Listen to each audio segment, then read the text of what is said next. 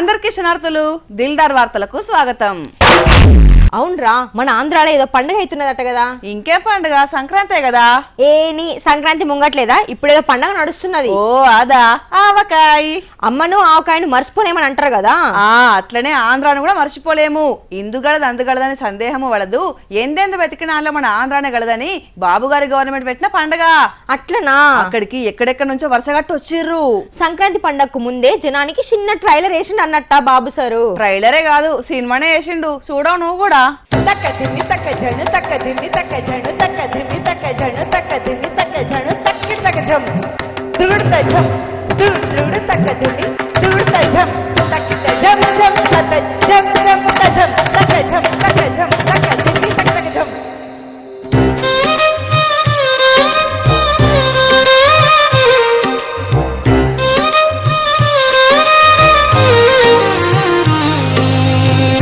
ఆంధ్ర ఆవకాయ అంత ఫేమస్ అయింది గవర్నమెంట్ పెట్టిన అమరావతి ఆవకాయ కార్యం. తెలుగు వారి సంస్కృతి సాంప్రదాయాలను మంచిగా చూపెట్టిండు బాబు సారు. అయితే అప్పట్లో ఎప్పుడో బాబు గారు లండన్ వేయరట. పోతే వాళ్ళు సారు మీద గట్టి నిఘా పెట్టిరట. ఎందుకు సారు?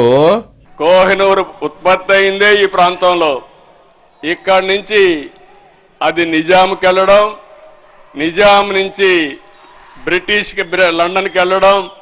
నేను ఒకసారి లండన్కి వెళ్ళి మీ ఎగ్జిబిషన్కి వస్తారంటే మీరు వస్తే దాన్ని డిమాండ్ చేస్తారని వాళ్ళు నా మీద ప్రత్యేకమైన ఇంటెలిజెన్స్ పెట్టే పరిస్థితికి వచ్చారు.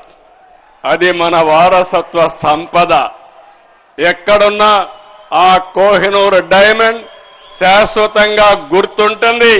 అలాంటి కోహినూర్ డైమండ్లు ఉండే ప్రాంతం ఈ ప్రాంతం అని మరొక్కసారి మీ అందరికీ విజ్ఞప్తి చేస్తున్నా.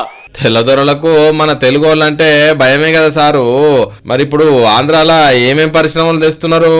హార్డ్ వర్క్ పోయింది, స్మార్ట్ వర్క్ వచ్చింది, నాలెడ్జ్ ఎకానమీ వచ్చింది. ఓర్వకంలో డ్రోన్ టెక్నాలజీ సిటీనే క్రియేట్ చేస్తున్నాం.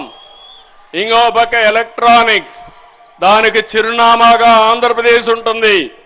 విమానాలు ఎక్కడో తయారు చేయాల్సిన అవసరం లేదు.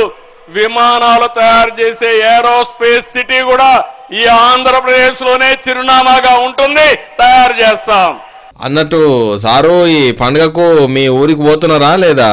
ఈరోజు సంక్రాంతి అనగానే అందరికీ గుర్తొస్తుంది గ్రామాలకు వెళ్ళడం, మనం పుట్టిన ప్లేస్కి వెళ్ళడం, అక్కడ మన అందరితో కలవడం ఒక సాంప్రదాయంగా చేసి భోగి, సంక్రాంతి, కనుమ పండుగల్ని మనం జరుపుకోవాలి. మా మిస్సెస్ అయితే 20 సంవత్సరాల కంటే ముందు ఒక సంస్కృతికి శ్రీకారం చుట్టారు. మనం ఎక్కడున్నా మన ఊరికి వెళ్ళాలని, మొట్టమొదటిసారిగా సంక్రాంతికి గ్రామాలకు వెళ్ళాలని ఒక సాంప్రదాయం నెలకొల్పారు. ఇప్పుడు రాష్ట్రమంతా మీరు చూస్తే సంక్రాంతి అనగానే ఎక్కడున్నా సరే గ్రామాలకు అందరూ వచ్చే పరిస్థితికి వచ్చారు.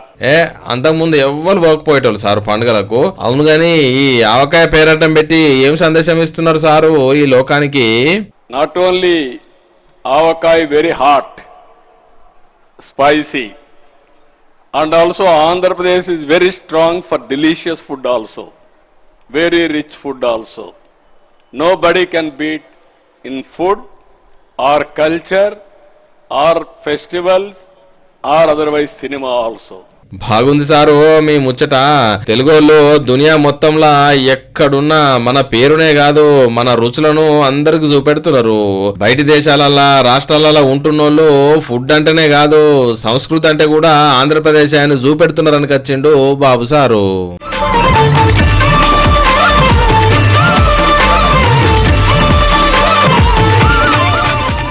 సంక్రాంతి పండుగ అంటే హరిదాసులు, డూడు, బసవన్నలు. ఒకటా రెండా? సంక్రాంతి అంటే ఎన్నెన్నో ఉంటాయి. అసొంటి పండుగకు ముందస్తు ప్రిపేర్ అవుతున్నారు జనాలు. పండగ నాడు ఎవరింట్లో వాళ్లే ఉంటారు కదా, పబ్లిక్ తోటి కలిసి ఇట్లా ముందస్తు వేడుకలు చేస్తున్నారు. పిఠాపురం పబ్లిక్ మురిసేటట్టు మైమర్చిపోయేటట్టు సంక్రాంతి పండుగ వేసిండు చిన్న సీఎం పవన్ కళ్యాణ్ సారు. వరే వా, పండుగ అంటే పండుగ లెక్కనే వేసిండు కదా పవన్ కళ్యాణ. మజాకా ఏంది సారు ఈ నడుమ పిఠాపురంలో లేని పీకులాటలు? ఇంకా ప్రపంచంలో ఏ నియోజకవర్గం ఇంకెక్కడా రాదు. అండ్ ఏది జరుగు ఇక్కడ కొబ్బరాకు పడ్డా కానీ పిఠాపురంలో చాలా దారుణం జరిగిపోయింది. ఒక తాటాకు అక్కడ ఉన్న తాటాకు ఊడిపడిపోతే అమ్మా చాలా దారుణంగా.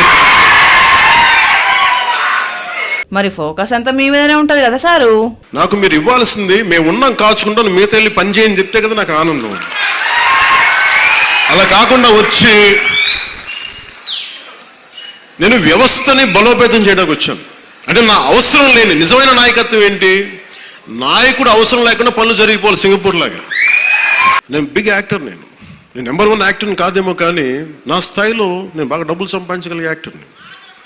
ఓడిపోయినా కానీ సినిమా ఫ్లాప్ అయినా కానీ డబ్బులు చేసుకునే కెపాసిటీ ఉంది నా సినిమాలకి. అది మీ అందరి అభిమానం ప్రేమ వల్ల. మరి అలాంటి నేను ఎందుకు రావాలి రాజకీయాల్లో కంటే? పాలిటిక్స్ నా బాధ్యత. అంటే ఎంతసేపు ధాన్యం పండించి దోచేసుకోవడం తప్ప తిరిగి ఇద్దామని గుణం లేకపోతే ఏమవుతుంది? ఇదుల్లా పిఠాపురంలో ముందస్తు సంక్రాంతి సంబరాలు. మూగుడు పెడుతున్నావు బుజ్జమ్మ. ఇంకేడరా పిండి కూడా పట్టేనే లేదు. ఎన్ని తీర్ల చేద్దాం ఓ అనుకుంటున్నావు? షాన్నే చెయ్యాలి. ఇగో నువ్వు కూడా రావాలి. ఓ ఎందుకు రాను? నేను ఆగకుండా అరడజన అలసలు తింటా తెలుసా. హలో, నిన్ను పిలిచేది తినేతందుకు కాదమ్మా, మరి చేసేతందుకు. ముందుగా మా ఇంట్లో వేద్దాం, తర్వాత మీ ఇంట్లో వేద్దాం. అల్కగా అయితే సరేనా? అవును, నా చిన్నప్పుడు ఊర్లో కూడా ఇట్నే వేసుకునేది. ఇగో ఎక్కడ నా అప్పాల వాసన వస్తుంది. ఎవరింట్లో డబ్బా? ఆహా, పొంగులేటి సినాని ఇంట్లో నుంచేనా ఈ గుమగుమలు? మంత్రి గారిల్లా మజాకా.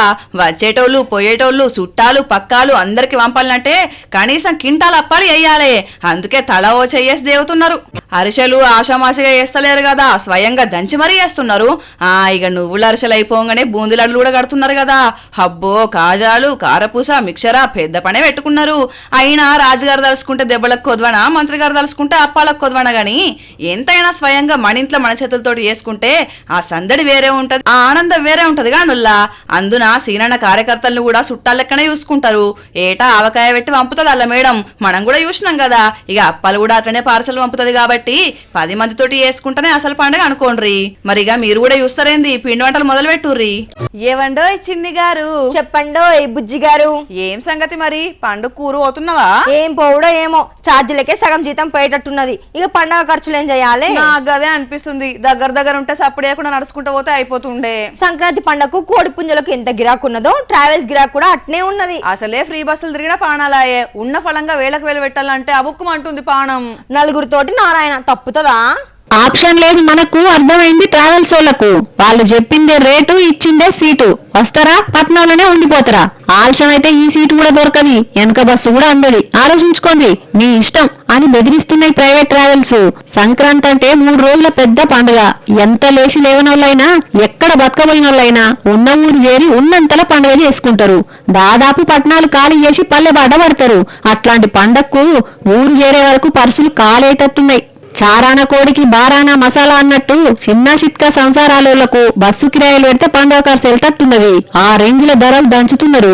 1000 టికెట్ 2000, 2000 ఉన్న టికెట్ 4000, దాదాపు డబుల్ చేసిర్రు. హైదరాబాద్ టు విజయవాడ ట్రాఫిక్ ఫికరే కాదు, కిరాయిల ఫికర్ కూడా బాగానే ఉన్నది.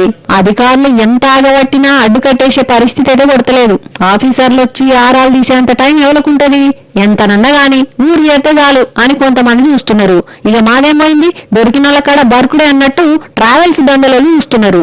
ఈ పంటల పండుగ పేరు మీద ట్రావెల్స్ పంట మాత్రం గట్టిగా. ఇవల్లా ఇయాల్టి దిల్దార్ వార్తలు. మళ్ళొచ్చే దిల్దార్ వార్తలల్లా మళ్ళా కలుద్దాం. అంతవరకు చూస్తూనే ఉండండి వనితా టీవీ. నమస్తే.